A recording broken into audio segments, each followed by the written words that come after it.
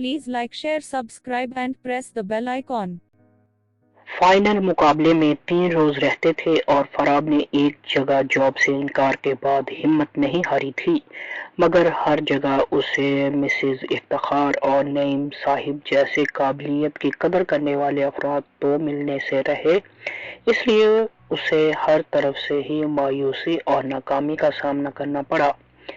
Champion شپ انتظامیہ نے final مقابلے میں مزید 3 روز کی تاخیر کر دی تھی اور اس کی وجہ اریبہ کا ملک سے باہر ہونا بتائی گئی تھی۔ فراب یہ بات معلوم ہونے پر طنزیہ ہنس دیا تھا۔ واہ، اسے کہتے ہیں نفرت کی انتہا۔ میں نے تمہاری ہی غلطی کی بنا پر تمہاری گاڑی پر بیچ سڑک میں بیٹھ کیا برسا دیے کہ تم میرے اس فعل کو میری خطا گردانتے ہوئے مجھ سے اس قدر شدید نفرت کرنے لگی ہو کہ جس کی کوئی انتہا اور مدت متعین نہیں ہے۔ مجھے یقین ہے یہ 3 روز بھی گزر جائیں گے اور تم واپس نہیں آؤ گی، کیونکہ تم چاہتی ہو کہ میں تمہاری نظروں کے سامنے نہ آؤں۔ یونیورسٹی میں پیپل کے درخت کے نیچے آخری ملاقات کے دوران تمہارے کہے گئے یہ الفاظ، میں جب تمہیں دیکھتی ہوں میرے تن بدن میں آگ لگ جاتی ہے، میرا جی چاہنے لگتا ہے میں تمہاری بوٹیاں نوچ لوں۔ تمہارے یہ الفاظ مجھے آج بھی یاد ہیں۔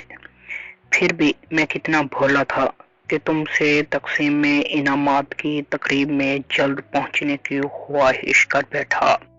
میری مجبوری ہے کہ میں اب کی بار مقابلے سے دستبردار بھی نہیں ہو سکتا کہ مجھے اپنی زندگی سے زیادہ مشیب کی زندگی پیاری ہے۔ میں خود مر تو سکتا ہوں مگر مشیب کا خود پر مان اور بھروسہ نہیں توڑ سکتا۔ ریحانہ اپی کی خود کے سامنے پھیلائی جھولی کو دھتکار نہیں سکتا۔ تم تو اپنی قسم بھول گئی ہو، شاید اس کی وجہ یہی ہے کہ تم کو اس بات کا یقین نہیں کہ میں ہمیشہ سے ہی تمہاری بات کا بہت مان رکھتا ہوں۔ اگرچہ میرا یہ قصور ہے کہ میں تم سے بے انتہا اور سچی محبت کے دعووں کے باوجود سونیا کا ہو گیا، مگر یہ بھی تو سوچو تم نے مجھے محبت کا جواب محبت سے کبھی نہیں دیا، بلکہ ہمیشہ مجھے اور میری محبت کو دھتکارا، ہمیشہ میرے ساتھ بے مروتی برتی۔ ویسے بھی تم مجھ سے شکوہ اس لیے بھی نہیں کر سکتی کہ مجھے دھتکارتے ہوئے تم زما سے منگنی بھی کر چکی تھی اور جلد شادی کرنے کا بھی کہہ رہی تھی۔ ان حالات میں سونیا جیسی مظلوم اور مصائب کا شکار لڑکی سے میں شادی کر کے اس کی مدد کیوں نہ کرتا؟ میں نے تمہیں ستانا چھوڑ دیا تھا، کسی اور لڑکی سے شادی کر کے اپنی راہیں بھی تم سے الگ کر لی تھیں، اور یہی سب تو تم چاہتی تھی۔ ہونا تو یہ چاہیے تھا کہ تمہاری لائف سے میرے چلے جانے کے بعد تمہاری دشمنی مجھ سے ختم ہو جاتی، مگر ایسا نہیں ہوا۔ تمہاری مجھ سے نفرت روز بروز بڑھتی گئی۔ پہلے ہاسپٹل میں خیرات میں بلینک چیک دیتے ہوئے تم نے جلی کٹی باتیں سنا کر میری روح کو گھائل کیا، اور پھر یونیورسٹی میں میری آمد پر صرف اس وجہ سے پابندی لگا دی کہ مجھ پر نظر پڑتے ہی تمہارے اندر غضب کا لاوا ابلنے لگتا ہے، اور اب تو یہ جاب چھین کر تم نے سچ میں مجھے موت کے دوراہے پر لا کھڑا کیا ہے۔ اب اگر مجھے بنا علاج کے موت کے منہ میں چلا گیا تو میں اپنے آپ کو کبھی معاف نہیں کر پاؤں گا اور جیتے جی مر جاؤں گا۔ اس لیے مجھے زما سے فائٹ کرنا ہوگی اور اس پر بغیر ہاتھ اٹھائے ہر قیمت پر یہ مقابلہ جیتنا ہوگا، اس کے لیے چاہے میری جان ہی کیوں نہ چلی جائے۔ مجھے معلوم ہے اریبہ فیاض، تم تقسیم میں انعامات کی تقریب میں نہیں آؤ گی، اور پھر شاید بعد میں تم پچھتاؤ کہ ایک تیری قسم میری جان لے گئی۔ فائنل مقابلے کے لیے بڑھائے دن بھی گزر گئے، مگر اریبہ بیرون ملک سے نہیں لوٹی تھی۔ یوں انتظامیہ نے مزید انتظار کرنا مناسب نہ سمجھا اور فیاض احمد کو اسپیشل گیسٹ کی زحمت دیتے ہوئے فائنل مقابلے میں مزید تاخیر کیے بغیر انعقاد کا فیصلہ کر لیا۔ مشیب کے آپریشن میں 5 روز رہتے تھے اور فراب نے مصطفیٰ حماد کے ساتھ مشیب کو کراچی ڈاکٹر ابو بکر کے پاس ہاسپٹل میں ایڈمٹ کروا دیا تھا۔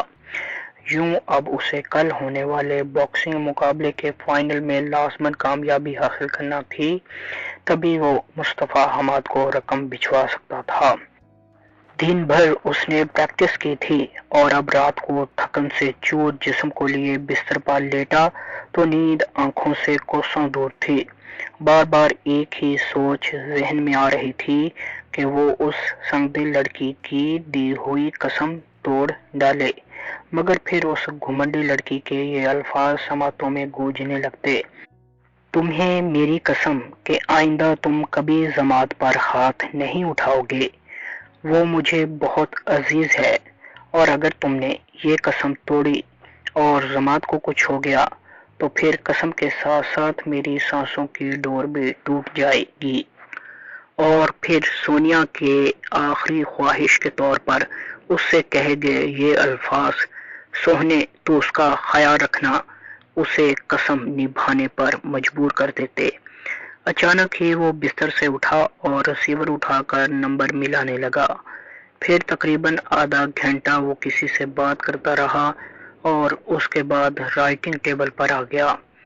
رباز کے نام اس نے ایک لیٹر لکھا اور پھر ایک اور کاغذ پر کافی دیر کچھ لکھنے کے بعد اریبہ کا دیا ہوا بلینک چیک اس کاغذ میں رکھتے ہوئے اسے ایک خاکی لفافے میں بند کر کے سیل کر دیا۔ پھر دونوں لفافے دراز میں رکھنے کے بعد وہ اٹھ کر بستر پر آ گیا۔ آدھی رات بیت چکی تھی مگر نیند اس کی آنکھوں سے روٹھی ہوئی تھی۔ بہت مشکل ہے ضماد جیسے باکسر پر ہاتھ اٹھائے بغیر مقابلہ جیتنا۔ یا تو میں شکست کھا جاؤں گا اور اگر جیت بھی گیا تو یقیناً موت کے منہ میں چلا جاؤں گا، اور میری موت کی ذمہ دار تم ہوگی اریبہ فیاض، تم۔ وہ فجر کی نماز ادا کر کے مسجد سے نکلا تو اس کے دل نے بے اختیار بے ڈھنگے انداز میں دھڑکتے ہوئے اس سے پوچھا تھا: کیا یہ تمہاری آخری نماز تھی؟ وہ مسکرایا اور پھر لبوں کو جنبش دیتے ہوئے بڑبڑایا: ہاں، حالات تو اسی بات کی خبر دے رہے ہیں۔ پھر وہ گھر آتے ہوئے راستے میں ہر شخص سے اس طرح ملنے لگا جیسے پھر کبھی اس کا ان سے سامنا نہیں ہوگا۔ گھر آیا تو ریحانہ بیگم ٹیبل پر ناشتہ لگا چکی تھیں۔ وہ ہاتھ دھونے کے بعد تولیے سے صاف کرتا ہوا ناشتے کی ٹیبل پر آ بیٹھا۔ آپی، آج آپ اپنے ہاتھوں سے مجھے ناشتہ کروائیے، اس نے لاڈ بھرے لہجے میں فرمائش کی۔ کیوں نہیں بیٹا، ویسے آج اتنے لاڈ کیوں اٹھوائے جا رہے ہیں؟ ریحانہ بیگم کا لہجہ محبت سے چور تھا۔ بس ایسے ہی دل چاہ رہا ہے، وہ نظریں چراتے ہوئے بولا۔ مشیب کیسا ہے اب؟ ریحانہ بیگم نے اس کے منہ میں نوالا ڈالتے ہوئے پوچھا۔ میں نے حماد کو فون کیا تھا اور مشیب سے بھی بات کی تھی، وہ ٹھیک ہے اب، اس نے گہری سانس خارج کرتے ہوئے جواب دیا۔ رقم کا بندوبست ہو گیا؟ ریحانہ بیگم کے لہجے میں تشویش تھی۔ آج انشاءاللہ ہو جائے گا، اور ہاں، یہ آپ اور رفعت خاتون دونوں کی کراچی جانے والی ٹرین کی ٹکٹیں ہیں۔ جلدی تیار ہو جائیے، 9 بجے ہمیں اسٹیشن پہنچنا ہے، اس نے جیب سے ٹکٹیں نکالتے ہوئے کہا۔ وہ کیوں؟ ریحانہ بیگم نے حیرت سے پوچھا۔ مشیب تنہائی محسوس کر رہا ہوگا، اگرچہ حماد اس کا ہر طرح سے خیال رکھ رہا ہے، مگر پھر بھی میرا یا آپ کا اس کے پاس ہونا ضروری ہے، اس نے کہا تو ریحانہ بیگم اسبات میں سر ہلانے لگیں۔ اس دوران وہ متواتر فراب کے منہ میں لقمے ڈالتے ہوئے اسے آلو والا پورا پراٹھا کھلا چکی تھیں۔ تم کب آؤ گے کراچی؟ ریحانہ بیگم نے تھوڑے توقف کے بعد پوچھا۔ میں تو مشیب کے آپریشن کے بعد ہی آ سکوں گا۔ حماد نے ہاسپٹل کے قریب ہی ایک چھوٹا سا فلیٹ آپ لوگوں کے رہنے کے لیے کرائے پر لے لیا ہے۔ آپ کو وہاں کوئی تکلیف نہیں ہوگی، اس لیے مجھے وہاں پہنچنے میں اگر تاخیر بھی ہو جائے تو پریشان مت ہوئیے گا، اس نے سمجھانے کے سے انداز میں کہا۔ رقم کا بندوبست تم کیسے کرو گے؟ ریحانہ بیگم نے کھوجتے لہجے میں پوچھا۔ بے فکر رہیے، ناجائز ذرائع سے نہیں کروں گا، وہ مسکراتے ہوئے بولا۔ پھر بھی معلوم تو ہو، ریحانہ بیگم نے بدستور سابقہ لہجے میں کہا۔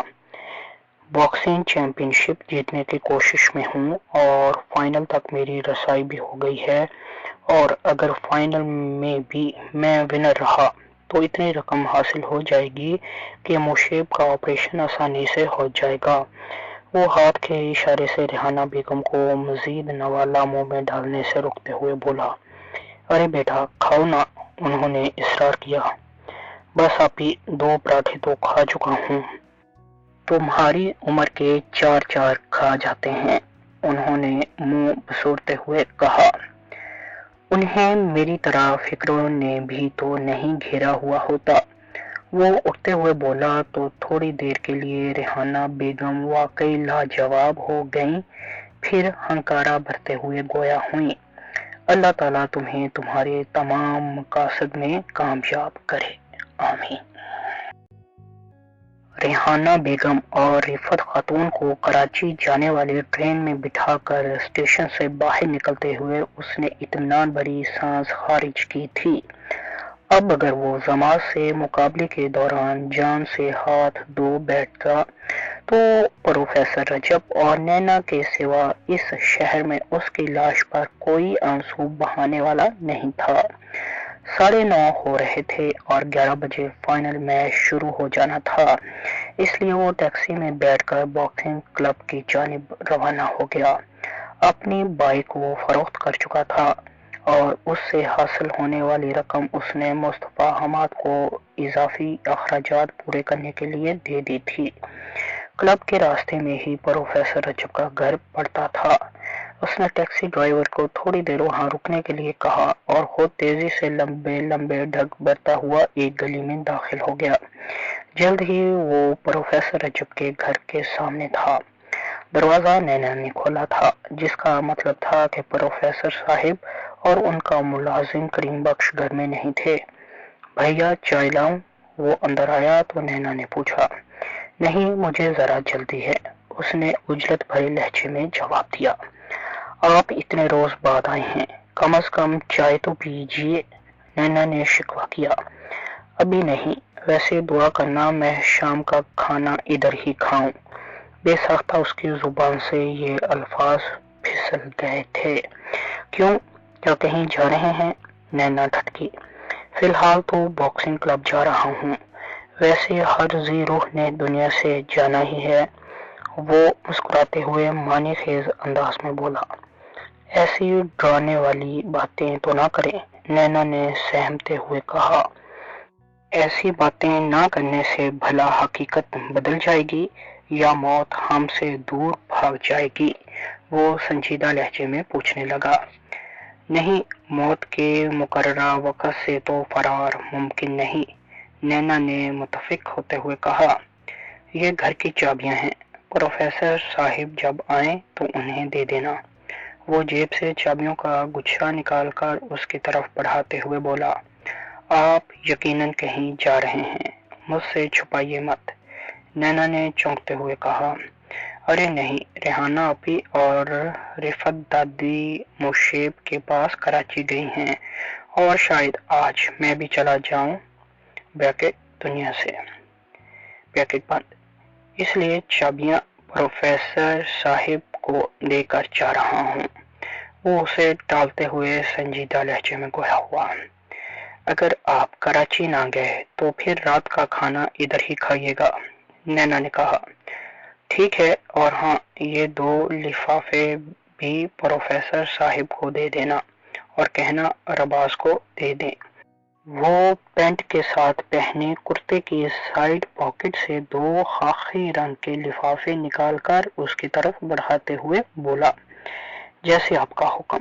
نینا نے کہا تو وہ اس کے سر پر شفقت سے ہاتھ پھیرتے ہوئے اسے خوش رہنے کی دعا دیتا ہوا وہاں سے چل دیا۔ وہ ٹیکسی میں آ کر بیٹھا تو ڈرائیور نے ٹیکسی آگے بڑھا دی۔ 11 بجنے میں 20 منٹ رہتے تھے جب وہ باکسنگ رنگ میں پہنچ گیا تھا۔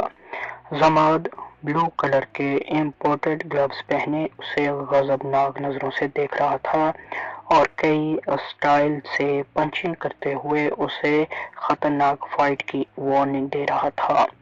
فراب نے اس کی طرف طنزیہ مسکراہٹ اچھالی اور اسے "یو آر اے اسمال کڈ، تم ایک چھوٹے بچے ہو" کا اشارہ کرتے ہوئے آگے بڑھ گیا۔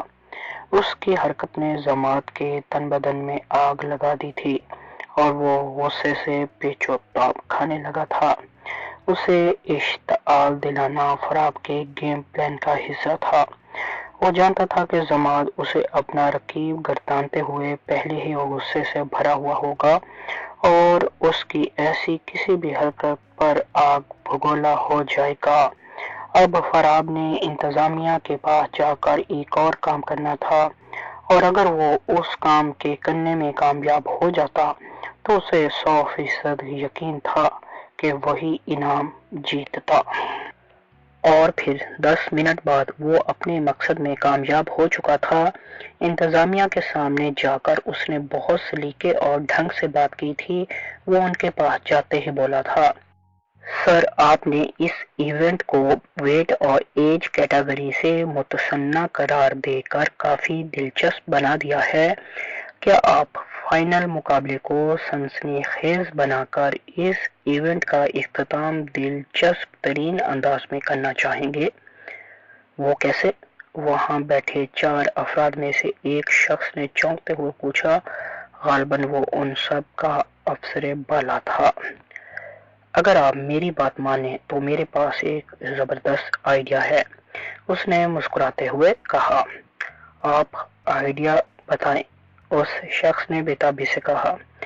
سر فائنل مقابلے کے ونر کا فیصلہ پوائنٹ سے نہیں بلکہ 10 کاؤنٹ سے ہو تو شائقین کی دلچسپی بڑھ جائے گی۔ کیا مطلب؟ اس شخص نے حیرت سے پوچھا۔ مطلب یہ سر کہ اس مقابلے میں راؤنڈز کی تعداد مقرر نہیں ہوگی اور مقابلے میں شریک باکسرز کو بھی ہر آدھے گھنٹے بعد ریفریشمنٹ کا موقع دیا جائے گا۔ پوائنٹس کاؤنٹ نہیں ہوں گے۔ جو باکسر ریفری کے 10 گننے تک اپنے پاؤں پر کھڑا نہ ہو سکا وہ لوزر تصور کیا جائے گا، اس نے وضاحت کی۔ آپ کی بات درست ہے کہ اس سے مقابلہ دلچسپ ہو جائے گا، لیکن اگر کسی باکسر کو کچھ ہو گیا تو ہمارے لیے پریشانی کھڑی ہو جائے گی۔ اس شخص نے نفی میں سر ہلاتے ہوئے کہا۔ یہ لے سر، یہ پیپر ہے، اس پر میں نے سائن بھی کر دیے ہیں اور یہ تحریر بھی رقم کر دی ہے کہ میں یہ مقابلہ اپنی مرضی اور منشا سے لڑ رہا ہوں۔ اگر دوران فائٹ مجھے کچھ ہو جائے تو انتظامیہ اس سے بری الذمہ ہے۔ اس نے ایک کاغذ ان کی طرف بڑھاتے ہوئے کہا۔ نہیں مسٹر فراب، ہم ایسا نہیں کر سکتے۔ اس شخص نے بیزار سے لہجے میں کہا۔ دیکھ لیں، دوسری صورت میں آپ کو بہت سا مالی نقصان بھی اٹھانا پڑ سکتا ہے، وہ تنبیہی لہجے میں بولا۔ کیسا نقصان؟ اس شخص نے چونک کر پوچھا۔ آپ کو تمام شائقین کے ٹکٹوں کی رقم لوٹانا پڑے گی اور اسپانسرز کے سامنے بھی جواب دہ ہونا پڑے گا۔ وہ کس طرح؟ وہ شخص نہ سمجھنے کے سے انداز میں گویا ہوا۔ کیونکہ آپ کے ایسا نہ کرنے کی صورت میں مقابلے سے دستبردار ہو جاؤں گا، اس نے کہا تو وہ شخص کھلکھلا کر ہنستے ہوئے کہنے لگا، ہو جاؤ، شاید تمہیں معلوم نہیں، میں نے ان مقابلوں کی انشورنس کروائی ہوئی ہے۔ جب میرا یہ بیان میڈیا میں آ جائے گا کہ میں انتظامیہ سے اختلافات کی بنا پر مقابلے سے دستبردار ہوا ہوں تو پھر انشورنس کمپنی سے بھی آپ کو 1 ٹکا نہیں ملے گا۔ اس نے خردرے لہجے میں کہا تو اس شخص کے ماتھے پر سلوٹوں کا جال سا پھیل گیا۔ کیا تم مجھے بلیک میل کر رہے ہو؟ اس شخص نے سرد نگاہوں سے اس کی طرف دیکھتے ہوئے کہا، نہیں، آپ کو سمجھا رہا ہوں کہ ایسا بھی ہو سکتا ہے۔ وہ معنی خیز مسکراہٹ کے ساتھ بولا، مسٹر زماد کیا اس فائٹ کے لیے راضی ہو جائیں گے؟ اس شخص نے تھوڑی دیر سوچوں میں گھرا رہنے کے بعد پوچھا، آپ رضامند ہیں تو اس پیپر پر زماد سے سائن کروانا میرا کام ہے۔ وہ اپنی خوشی چھپاتے ہوئے بولا، ٹھیک ہے، اگر فائنل میں شریک دونوں باکسر اس پر سائن کر دیں تو ہمیں کوئی اعتراض نہیں۔ اس شخص نے فراب کی طرف وہ پیپر بڑھاتے ہوئے کہا۔ وہ اطمینان سے پیپر پکڑ کر زماد کی جانب بڑھ گیا۔ اس نے زماد کو اشتعال ہی اس وجہ سے دلایا تھا کہ وہ جذبات میں آ کر پیپر پر سائن کر دے، اور واقعی ایسا ہی ہوا تھا۔ زماد نے اس سے مقابلے کی مکمل تفصیل سنے بغیر ہی سائن کر دیے تھے۔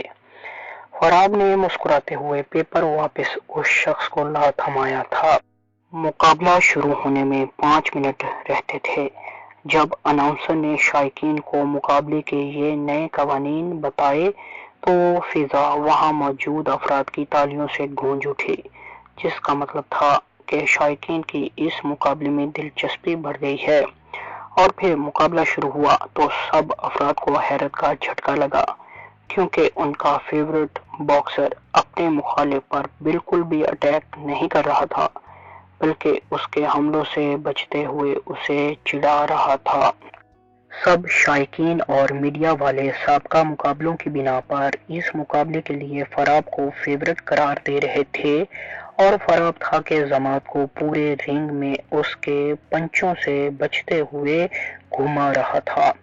اس کا ارادہ زماد کو جوش دلا کر اس کی توانائیاں ختم کر کے اسے تھکانے کا تھا، مگر دیکھنے والے اس کی مجبوری اور پلاننگ کو سمجھنے سے قاصر تھے۔ 15 منٹ میں ہی زماد ہانپنے لگا تھا۔ اس نے بے تحاشا اور تابڑتوڑ فراب پر حملے کیے تھے، اور فراب کچھ پنچوں کے سوا باقی اس کے تمام حملوں سے خوبصورتی سے اپنا بچاؤ کرتا رہا تھا۔ اس کی طنزیہ مسکراہٹ اور حملے زماد کو عقل سے اندھا کر رہے تھے، اور وہ غصے میں اپنے ہوش کو کھو کر آپے سے باہر ہو رہا تھا، جس کی وجہ سے فراب اپنی ذہانت کا استعمال کرتے ہوئے آسانی سے خود کو اس کے حملوں سے بچا رہا تھا۔ غرض پہلے 30 منٹ میں زماد کی حالت ایسے ہو گئی تھی جیسے وہ میلوں بھاگ کر آیا ہو۔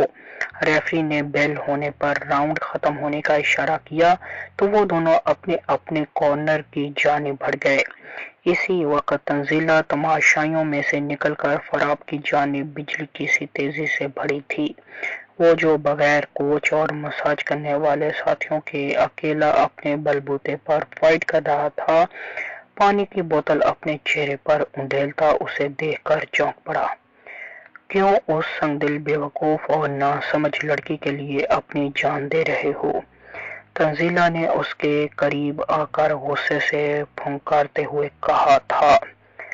جس سے انسان محبت کرے اس کی دی ہوئی قسم معمولی تو نہیں ہوتی، وہ مسکراتے ہوئے بولا تھا، مگر وہ سنگ دل لڑکی اریبہ فیاض تم سے شدید نفرت کرتی ہے۔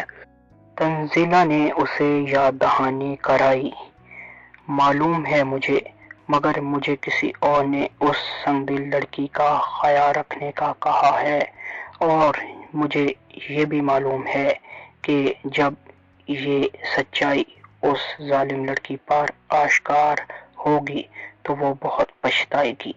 وہ زخمی مسکراہٹ کے ساتھ بولا، تم مقابلے سے دستبردار ہو جاؤ۔ نہیں ہو سکتا۔ پھر قسم توڑ دو۔ ایسا بھی نہیں کر سکتا۔ تمہاری جان چلی جائے گی، جانتا ہوں۔ کیوں اپنی جان کے دشمن بن رہے ہو؟ مجھے کسی اور کی جان بچانی ہے اس لیے۔ اریبہ کی جان؟ نہیں، اپنے بھائی موشیب کی۔ کیا ہوا موشیب کو؟ اس کا آپریشن ہے اور مجھے رقم چاہیے۔ کتنی رقم چاہیے؟ میں دیتی ہوں۔ میں خیرات نہیں لیتا، خیرات نہیں ادھار دے رہی ہوں، مجھ میں ادھار چکانے کی سخت نہیں ہے۔ میں تمہارے سامنے ہاتھ جوڑتی ہوں، اپنی ضد چھوڑ دو۔ کسی نے روتے ہوئے جھولی پھیلائی ہے میرے سامنے اپنی بیٹی کی زندگی کے لیے۔ اریبہ تم سے کہہ دے کہ میں نے تمہیں قسم سے آزاد کیا، پھر وہ کبھی نہیں کہے گی جانتا ہوں۔ کیوں؟ اسے مجھ سے شدید نفرت ہے، اس لیے۔ اگر وہ یہاں آ کر کہہ دے تو وہ یہاں نہیں آ سکتی۔ کیوں نہیں آ سکتی؟ وہ ملک سے باہر ہے، تمہیں غلط بتایا گیا ہے، وہ یہی ہے۔ پھر تو کبھی بھی نہیں آئے گی۔ وہ ہنسا۔ وجہ؟ میں نے کہا تھا اسے آنے کا، مگر وہ نہیں آئی۔ وہ بیمار تھی، اس سے فرق نہیں پڑتا۔ بیماری کی حالت میں وہ کیسے آ سکتی تھی؟ محبت ہو تو سب کچھ ممکن ہے، نفرت ہو تو کچھ بھی نہیں۔ کہاں جا رہے ہو تم؟ رنگ میں۔ رکو پلیز، راؤنڈ سٹارٹ ہونے کی بیل ہو چکی ہے، نہیں رک سکتا، وہ کہتا ہوا دوبارہ سے رنگ میں چلا گیا تھا۔ تنزیلہ نے فوراً طلحہ کو کال ملائی تھی اور اسے تمام حالات بتاتے ہوئے یہ ہدایت کی تھی کہ وہ جلد اریبہ کو لے کر باکسنگ کلب پہنچے۔ ارے سویٹ ہارٹ، تم کیوں اتنی فکر مند ہو رہی ہو؟ میں فراب کو اچھی طرح جانتا ہوں، وہ بہت بڑی آئٹم اور پہنچی ہوئی چیز ہے، ضماد کو وہ تگنی کا ناچ نچا دے گا، تم فکر نہ کرو۔ طلحہ نے ہنستے ہوئے لاپرواہی کا مظاہرہ کیا۔ تم میری بات کیوں نہیں سمجھ رہے؟ جیسا میں نے کہا ہے ویسا کرو۔ تنزیلہ نے تیکھے لہجے میں کہا۔ تم پاگل تو نہیں ہو گئی ہو؟ میرے آفس سے اریبہ کے گھر تک 1.5 گھنٹے کا سفر ہے، اور پھر اریبہ کے گھر سے باکسنگ کلب تک پورے 1 گھنٹے کا۔ میرے پاس الادین کا چراغ نہیں ہے کہ فوراً تمہارا حکم بجا لاؤں۔ طلحہ نے قدرے جھلائے لہجے میں کہا۔ ہاں تم ٹھیک کہتے ہو، اتنی دیر میں تو نہ جانے کیا سے کیا ہو جائے۔ تنزیلہ نے تعصب سے کہتے ہوئے کال ڈسکنیکٹ کر دی۔ مقابلہ دوبارہ شروع ہو چکا تھا۔ ضماد کو غالباً اس کے کوچ نے سخت الفاظ میں سمجھایا تھا کہ فائٹ کے دوران وہ ہوش کے ناخن لے جبھی وہ اب کی بار بہت تحمل کا مظاہرہ کر رہا تھا۔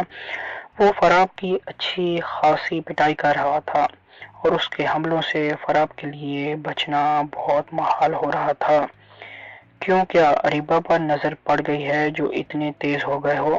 فراب نے اسے مشتعل کرنے کے لیے اس کی دکھتی رگ پر ہاتھ رکھا۔ اریبہ کا نام اپنی منحوس زبان سے مت لو، ورنہ زبان حلق سے کھینچ لوں گا۔ ضماد اس کی توقع کے عین مطابق بھڑک اٹھا۔ بد چھوٹے، تم خالی دھمکیاں دے سکتے ہو۔ جب سے مقابلہ شروع ہوا ہے میں نے تم پر ہاتھ نہیں اٹھایا، اور تم نے میرا کیا بگاڑ لیا؟ اس نے کہا تو ضماد کی عقل واقعی گھاس چرنے چلی گئی، مگر فراب کی قسمت خراب کہ ایک زبردست پنچ اس کی ناک پر لگا اور اسے دن میں تارے نظر آنے لگے۔ پھر کیا تھا؟ ضماد کے یکے بعد دیگر پڑنے والے گھونسوں نے اس کے ہوش گم کر دیے۔ اگر وہ پچھلے 1 ہفتے سے صرف مار کھانے کی ٹریننگ نہ کر رہا ہوتا تو کب کا زمین بوس ہو گیا ہوتا، مگر وہ باکسر ہی نہیں، مارشل آرٹ کا بھی ماہر تھا، اس لیے اتنی مار کھانے کے باوجود بھی اپنے قدموں پر کھڑا تھا۔ ضماد اس پر مکے برساتے ہوئے نڈھال ہو گیا تھا، مگر وہ خون میں نہایا ہوا لڑکھڑاتے قدموں سے رنگ کے بیچ کھڑا تھا۔ ضماد کو محسوس ہونے لگا تھا کہ وہ پیٹتے پیٹتے گر جائے گا، مگر یہ شخص مار کھاتے کھاتے بھی اپنے قدموں پر کھڑا رہے گا۔ انتظامیہ کے ہوش اڑ گئے تھے، سب اس مقابلے کو ختم کرنے کے در پہ ہو گئے، مگر پھر نہ جانے کیا ہوا کہ سب جھاگ کی طرح بیٹھ گئے۔ خون میں لت پت فراب کی طنزیہ مسکراہٹ ضماد کے اندر آگ سی بھر رہی تھی۔ مگر جماعت کے جسم اور بازوؤں کی توانائیاں ماند پڑ گئی تھیں۔ وہ پیٹتے پیٹتے ہی نڈھال ہو گیا تھا۔ اسی وقت ہی صرف 20 منٹ بعد راؤنڈ ختم ہونے کی بیل بجا دی گئی۔ فراب انتہائی زخمی ہونے کے باوجود چلایا تھا کہ 10 منٹ پہلے ہی راؤنڈ ختم کیوں کیا گیا ہے، کیونکہ اسے مکمل یقین تھا کہ اگلے 5 سے 7 منٹ میں ضماد نڈھال ہو کر زمین پر گرنے ہی والا تھا اور اب ریفریشمنٹ سے وہ پھر سے تازہ دم ہو جاتا۔ ضرور اس کے خلاف کوئی سازش ہو رہی تھی۔ اب کی بار تنزیلہ راؤنڈ ختم ہونے پر جماعت کے پاس گئی تھی۔ جماعت، تم مقابلے سے دستبردار ہو جاؤ، وہ اس کے پاس جاتے ہی تیز لہجے میں بولی تھی۔ کیوں؟ جماعت نے تعجب سے پوچھا۔ دیکھ نہیں رہے فراب تم پر ہاتھ نہیں اٹھا رہا؟ وہ مجھے ایک چھوٹا بچہ سمجھ کر ایسا کر رہا ہے، سوچتا ہے کہ مجھ پر بغیر ہاتھ اٹھائے مجھے مات دے دے گا۔ جماعت نے دانت کچکچاتے ہوئے کہا۔ نہیں، تم غلط سمجھ رہے ہو، ایسا کچھ نہیں، ایسا ہی ہے۔ وہ چاہتا ہے کہ اس طرح مجھے شکست سے دوچار کرے تاکہ تمام عمر میں اس کے سامنے آنکھ نہ اٹھا سکوں۔ جماعت نے بھنائی لہجے میں کہا۔ وہ صرف اریبہ کی قسم کی وجہ سے ایسا کر رہا ہے، تنزیلہ نے روحانسی لہجے میں کہا۔ کیا مطلب؟ وہ چونکا۔ تنزیلہ نے اسے مختصر لفظوں میں اس کے اور فراب کے یونیورسٹی کینٹین میں ہوئے جھگڑے کے بعد اریبہ کا فراب پر تھپڑوں کی بارش کرنا اور جماعت پر ہاتھ نہ اٹھانے کی قسم دینے کے متعلق سب کچھ بتا دیا۔ میری مجبوری ہے کہ میں اس مقابلے سے دستبردار نہیں ہو سکتا، اس نے تفصیل سننے کے بعد گہری سانس لیتے ہوئے کہا۔ کیوں؟ تنزیلہ نے تعجب کا اظہار کیا۔ میں اریبہ کے سر پر ہاتھ رکھ کر قسم کھا چکا ہوں کہ کوئی بھی میچ جان بوجھ کر نہیں ہاروں گا، جماعت نے ہنکارہ بھرتے ہوئے کہا۔ اسی دوران راؤنڈ سٹارٹ ہونے کی بیل بجی اور دونوں باکسر ایک بار پھر آمنے سامنے آ گئے۔ تم مجھ پر اٹیک کیوں نہیں کر رہے؟ جماعت نے فائٹ کے دوران اس سے پوچھا۔ مجبوری ہے، اس نے مسکراتے ہوئے جواب دیا۔ کیسی مجبوری؟ تمہیں بتا دیا تو تم برداشت نہیں کر پاؤ گے۔ مجھ میں بہت حوصلہ ہے، تم بتاؤ۔ میری مرحوم بیوی نے مجھے تمہاری ہونے والی بیوی کا خیال رکھنے کی وصیت کی ہے۔ فراو کا مقصد اسے غصہ دلانا تھا، اس لیے وہ ایسے الفاظ کا انتخاب کر رہا تھا۔ اپنی ہونے والی بیوی کا خیال میں خود رکھ سکتا ہوں، تمہیں فکر کرنے کی ضرورت نہیں۔ جماعت کی غیرت جاگی۔ پرابلم یہ ہے کہ مجھے تمہاری ہونے والی وائف خوبصورت بھی تو بہت دکھائی دیتی ہے اور خوبصورت چیزوں کا میں بہت خیال رکھتا ہوں۔ وہ اس پر نفسیاتی داؤ چل رہا تھا۔ تم بہت ڈھیٹ اور بے غیرت انسان ہو، جماعت نے ترش لہجے میں کہا۔ مختصر لفظوں میں تم مجھے اریبہ کے نشیلے بدن کا دیوانہ کہہ لو، اس نے نہایت لوفرانہ انداز میں کہا۔ جماعت کی غیرت جاگی اور وہ اپنے ہوش کھو بیٹھا، اور یہی فراب چاہتا تھا، مگر اب کی بار جماعت اتنی طاقت سے اس پر حملہ کر رہا تھا کہ اگر ایک بھی گھونسا اسے ٹھیک طرح سے پڑ جاتا تو وہ بغیر کسی ہچکچاہٹ کے یقینی طور پر اپنے حواس کھو کر نیچے گر پڑتا۔ اور پھر ادھر تنزیلہ نے اریبہ کو کال ملائی تھی اور ادھر ایک زبردست پنچ فراب کی کنپٹی پر پڑا تھا اور وہ پھرکی کی طرح گھومتا ہوا زمین بوس ہو گیا تھا۔ Please like, share, subscribe and press the bell icon.